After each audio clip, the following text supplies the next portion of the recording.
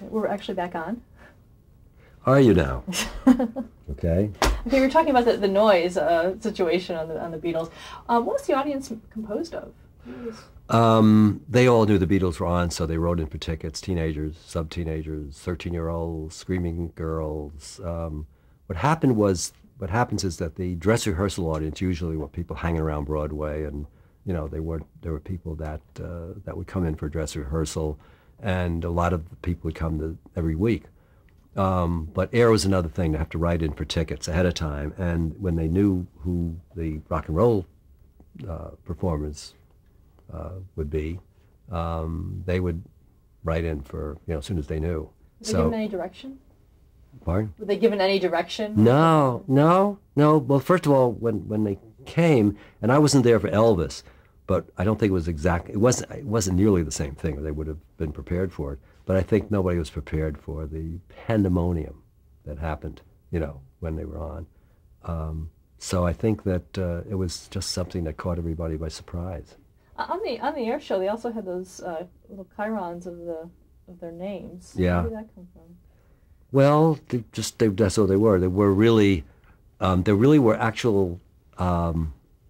Thinking what they were just actually slides from teleops that had that, and they would like super them in or mat them in, because it was a very primitive thing. It wasn't really like Chiron. It was a primitive form of just one camera in telecine would shoot them, and they would just sort of fade them in over the shot. Because I think what happened, if you notice, I think the picture deteriorates a little bit when they came in, and very primitive. Were you also there for the Miami shoot? Yeah. I went down ahead of time with Jack McGeehan, the associate producer, and Jack was an ex-Marine. Jack was kind of, a pretty solid guy. So I went with him to meet with the police chief of Miami Beach. And Jack tried to explain what happened in New York that weekend. And he just said, "You've never seen anything like it. You've got to be prepared. I mean, this is the biggest thing, that's going to ever hit Miami Beach. And we really need extra security, and you have to be alerted to this thing. We're going to need your help and everything." And the guy just sat there, and typical Southern police chief sat there and said, "Well, Mr. McGeehan, sir, I respect everything you're saying. Believe me, we can handle anything here. We've done this kind of thing before. No, excuse me, Mr. Police Chief, you haven't done this before. Believe me, you've never seen it like this." And he said, "Well, believe me, we'll handle it. Don't you worry about it at all. We'll be there. We'll be there." Well, they underestimated it, of course. So when the Beatles arrived at the hotel, the kids knew about it. As soon as they knew they were at the Deauville Hotel, they came out of nowhere, like locusts. They just surrounded the hotel. And there were kids writing in the sand, "We love you, Paul. Come out to the window, Ringo." And they got into the hotel, and they went up in the elevator, and they went to every room. And outside the room, there was a doorbell for, I guess, room service or whatever. Every room in the hotel had that. And they went and hit every doorbell. And they, in their innocence, would think that a Beatle would come out and say, "Oh, hello." So they hit the. Instead, everybody in the hotel was incensed and calling the desk, and it was pandemonium, and they didn't have enough security, and the kids were running wild. And it basically went that way all week. As the more security they threw at it, the more kids showed up. And it sort of peaked the night of the show. And the night of the show, the Beatles had to come down the elevator, cross the lobby, and get into the convention room where we were. And they were going to bring them down at the last minute and bring them across the lobby. And I guess they had the lobby pretty clear, but I guess they somehow didn't know who was at the hotel and who wasn't, so they had to be careful. Whatever happened, because I was in the control room, evidently when the doors opened, they swarmed in again. And the police now were a little bit prepared for it. So they had a flying wedge. And they're now trying to get through the room and keep them away from the Beatles. And meanwhile, we're on the air. 5, 4, 3, 2, 1. Good evening. The Ed Sullivan Show tonight, starring the Beatles and so-and-so, so-and-so, so. And now the nationally syndicated columnist of the New York Daily News, Ed Sullivan. First act was the Beatles, of course, first and last. So Ed is out there doing the introduction. Eddie brings the stage manager going, and I guess someone put up a card saying, "Go to commercial." So Ed said, and so he was about to say, here are the Beatles, now to start off a show, the Beatles will be here right after this, and went to commercial. And during the commercial, they broke through and they brought them down the aisle and they got up on stage. And I think somebody had told me that one of the mics never did get hooked up, but in any case, nobody could tell, again, because it was screaming kids. And I know on the air, I guess you could hear them somewhat, but I think, but certainly there, even in the audience, they could not hear what they were singing. And certainly, the cameraman couldn't hear again, because they still had those little Mickey Mouse headsets. They hadn't developed the new ones yet. So they were on the air live at the Dover. And then afterwards, the hotel provided us with a little private dining room with 2 tables. The thing that I remember, of course, with Bob Precht, and I forget who else, probably Tim, though I think they must have divided up. So Bob and Ed were at the table with Paul and John, and at our table, I think it was Tim Kiley, and it was Ringo and George. And I was sitting next to Ringo. And he was getting kind of morose, and I don't know, but everybody's talking about it, and the Beatles, the phenomenon, and whatever, and Ringo's going, oh well, and somebody said, I think Tim may have said, well, what's the matter? He said, well, this is it for us. He said, it can't get any better than this, and said, this is our moment. Said, I just think that this is it. This is like, what else can ever top this? And he said, it'll just, it's never going to be the same. And he was like sad. I mean, at the pinnacle. And it's funny because we always think of him as the least sensitive one. Yet he was the one that actually was the one that sort of, was being very melancholy about it instead of really enjoying it and celebrating. That's one of the things that I never forgot. Let's talk about some of the show. Also, there were so many just events going on during the run of the show. For instance, the assassination of John F. Kennedy. How did that affect the program? Oh, well, we were in rehearsal, and there was a rehearsal over at this little bar called the Horse's Tail. And we were on the second floor over that on 8th Avenue and something in the 50s. And we were there rehearsing, and somebody called and said, the show's canceled. This is what, the president's been shot. And it was like stunned. Everybody was stunned. And so nobody knew what was going to happen next in terms of, CBS or what they're going to do, but we definitely canceled. The show was canceled. And I was the AD at that point. So I got a call that said, we're doing special programming, and we're going to have the CBS Orchestra, CBS Symphony, do music shows. And in addition to coverage, news coverage, we'd be doing, like these kind of like mournful music, So I ended up spending the weekend at the Ed Sullivan Theater in the control room with the orchestra on stage, the CBS Orchestra. At the time, they had staff musicians. And we just did program after program of sad music, and that was that weekend. And of course, we were glued to the monitors from the news coming in. It was just, nobody could believe it. What was the tone of the show once you got back on the air that next Sunday? It's funny, that I don't remember. I remember that weekend. I don't remember the next weekend or what Ed said about it. Somebody has to look at that show and see. It's so long ago, and that's something I don't remember. Obviously, it wasn't something that really, Ed must have said something, meaningful. It'd be interesting to look at the bookings, because I don't remember. It's been so long, what the bookings were. I'm sure the bookings were not that cheerful. I mean, I'm sure they were more like operatic and maybe some Broadway play, because we did plays as well as musicals, and probably a scene or two from something, or one scene from something that was a Broadway play that was sort of meaningful. Probably not a comic. Probably a music act, maybe a blues performer.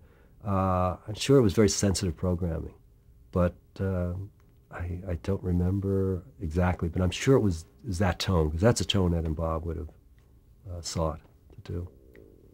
How did the show reflect the civil rights movement? Well, the interesting thing is, it didn't per se, but what happened is that Ed Sullivan, from the very beginning, employed black performers and respected them considerably.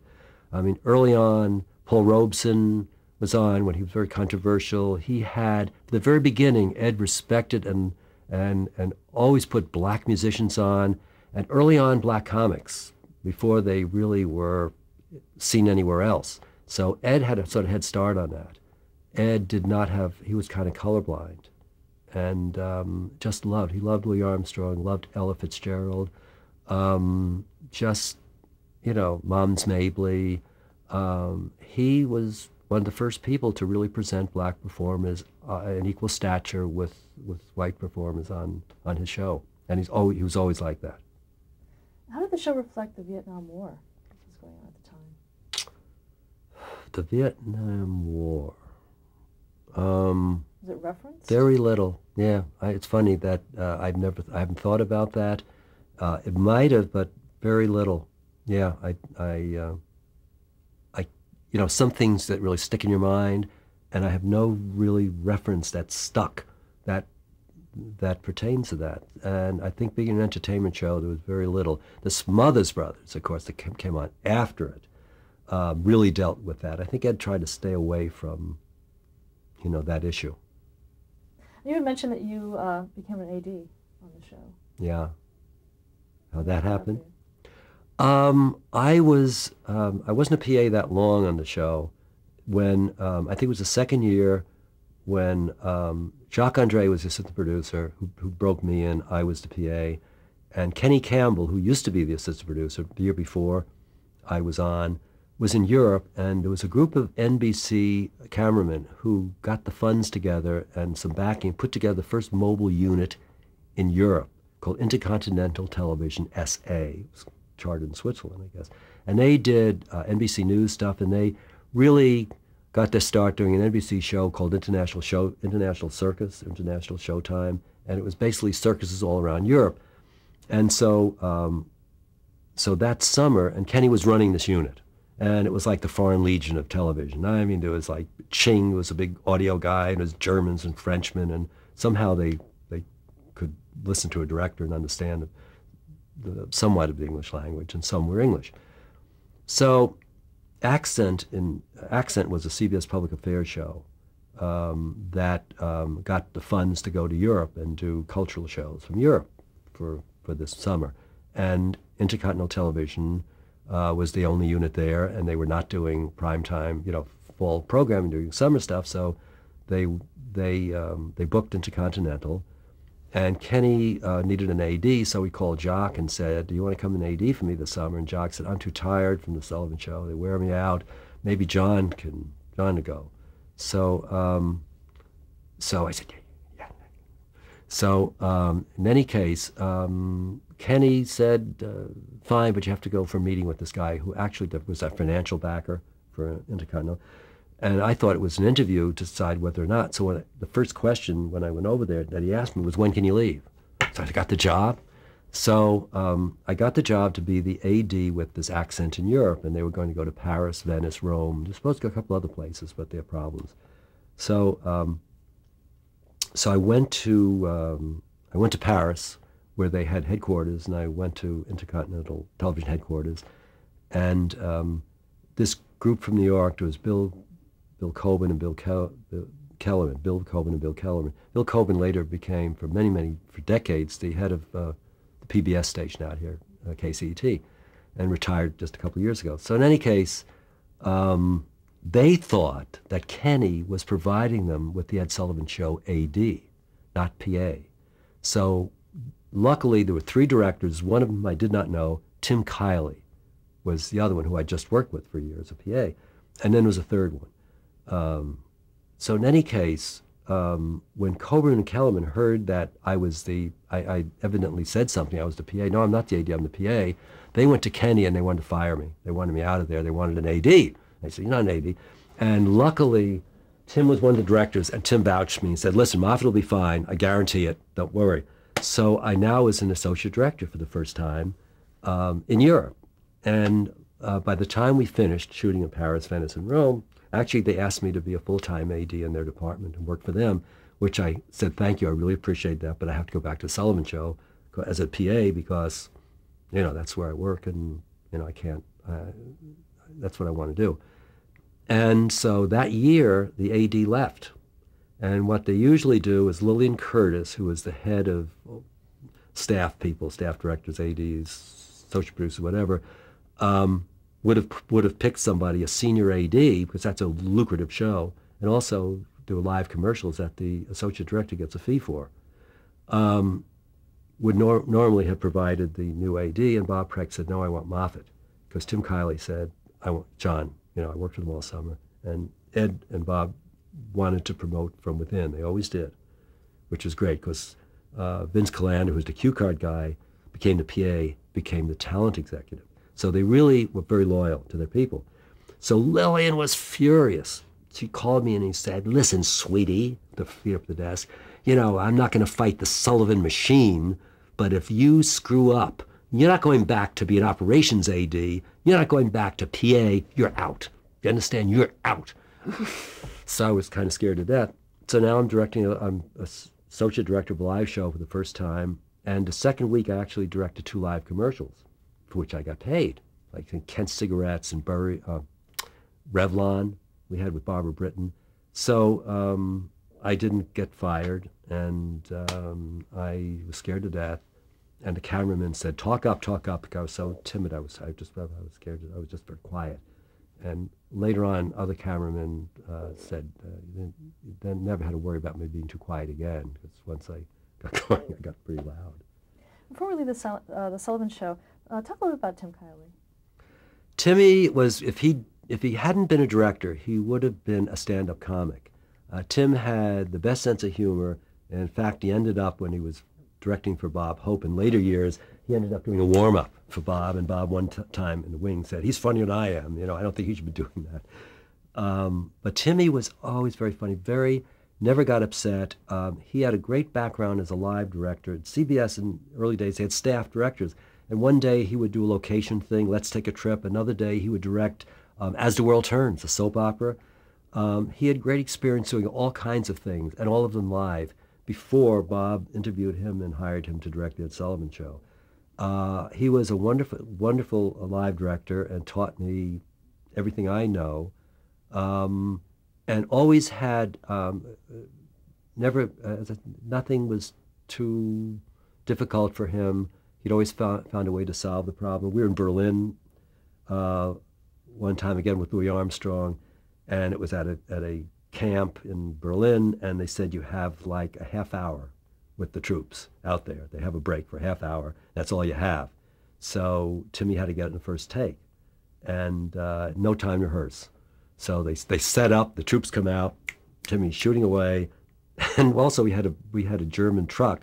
So actually Timmy would say to the TD, dissolve to one, and the TD would say, we had a translator. He'd say, blenden Sie eins. So dissolve to one, you know, and it would all have to be translated. So he had that additional problem. And he came out great. You know, he was just, he was terrific. And I guess it was 7 years, Timmy did the Sullivan Show. And Tommy Smothers so liked his work that he would call him so many times after the show. How'd you do that, Tim? Come on out, work for me. Come on out and do this. So finally he asked him one time that when Tim was ready for change in his life, he was getting divorced and he really wanted to change, and he agreed to go out and take over the Smothers Brothers Show. And Bob was not happy. And unfortunately, I was in Hawaii shooting something for Bob, a syndicated show. And so anyway, Tim left. And unfortunately, the Smothers Brothers Show didn't last that long. It's like one season, but then he directed the Flip Wilson Show for a number of years, and I got to direct the Ed Sullivan Show. Talk about that. Well, when Tim left, Bob really didn't like the idea of one director because he felt that he'd want to be left in the lurch. And also, a couple of times, Timmy went off to do something, and I did direct a show in 1967 or 8. Yeah, 69, 68, and 60. Anyway, before Tim left, I took over the show for a couple of weeks when Tim was doing a pilot for Bob. So Bob promoted the AD when I was in Hawaii because he didn't want Tim. He said, Tim, if you're going to leave today. Didn't like it. They patched it up later on, but at that point I was upset. So Bob Schwartz directed till I came back, and then we worked it out, so we both directed the show for the last 3 years. and it was, I was more nervous when I was an AD, my first weeks in AD, than directing the show. Well, first of all, I directed some. The first show I directed was a thank you, and it was a tape show. We did a summer tape in 1963, and as a thank you for something I did for Bob and Ed, putting together a show that they had a big problem with, that CBS said they couldn't air, and it could air. As a thank you, they asked Timmy, and Timmy said, oh yeah, let John direct the show. So I got to direct my first show in 63, and then I didn't direct it again until I guess 68. So I was not nervous. I was so much more nervous my first few weeks as an AD than I was directing it. And it was just little by little I'd had some shots at doing it. So by the time I actually was a full-time director on the show, it was kind of smooth, and the same crew that I worked with, over the years as an AD and before that as a PA, and I knew Ed and Bob by then, for 7 years, and it was great fun. And I talked to Bob about doing some things that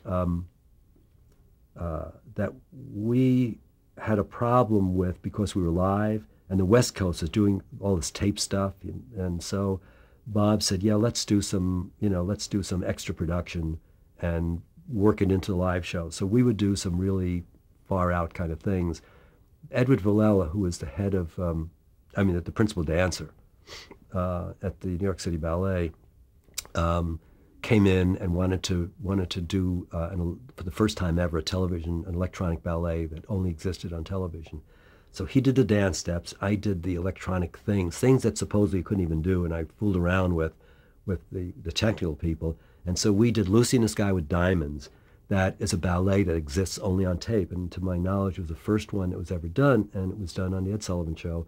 And we pre-taped it on a Saturday, and I edited it overnight. And it's all kinds of video effects and things that were like state-of-the-art at the time, things supposedly you couldn't do. But the CBS engineers found ways to work with us to do it. So Ed Villela and I did this together, and it was it was just one of the highlights of directing. The other thing was that I was directing the Rolling Stones at Television City, and Timmy had done the Rolling Stones, and now this is my first chance to do them, and I'm at Television City, and they gave me like a crane, and I had 2 studio cameras, and I think I had a handheld, but it was very primitive, so I couldn't do that much with it. And I wanted a look that was a little bit different than just. So I wanted to put the cameras tilted on a box, and they really resisted. And I finally somehow convinced them to let me do it. So I was able to tilt the cameras. I had 2 tilted angles. I'd hand on the crane. I'm waiting for them to come. And we get word from the parking lot that evidently the guard had given them a hard time and wouldn't let them in, and so they were going to turn around and leave. And so I was younger then, and I had sneakers on, and I ran up the parking lot, and I actually threw myself on the hood of the car as they were out of the parking lot, and they were on their way almost to the street, and they were stopped. I threw myself on the hood, and they were kind of shocked, and they listened to me, and I just said, don't listen to something I've been wanting to do all my life, and I finally get to work with you guys, and we all want you here. Everybody's looking forward to you coming here. Don't let one stupid guard, convince you not. Otherwise, come on, and let's do this. And they laughed, and they came in, and they did it, and so I got to direct Rolling Stones. So that may have been the last time they were on the show. I think it was. Yeah, it was the last time they were on the show, because then you couldn't get them anymore, and the only reason we got them then was a tape, and they had it in their schedule. They had an opening. But the Beatles only run the Ed Sullivan Show live 2 years. And then after that, they would send tape and film in, but they never came back. Is there any issue with lip syncing at all?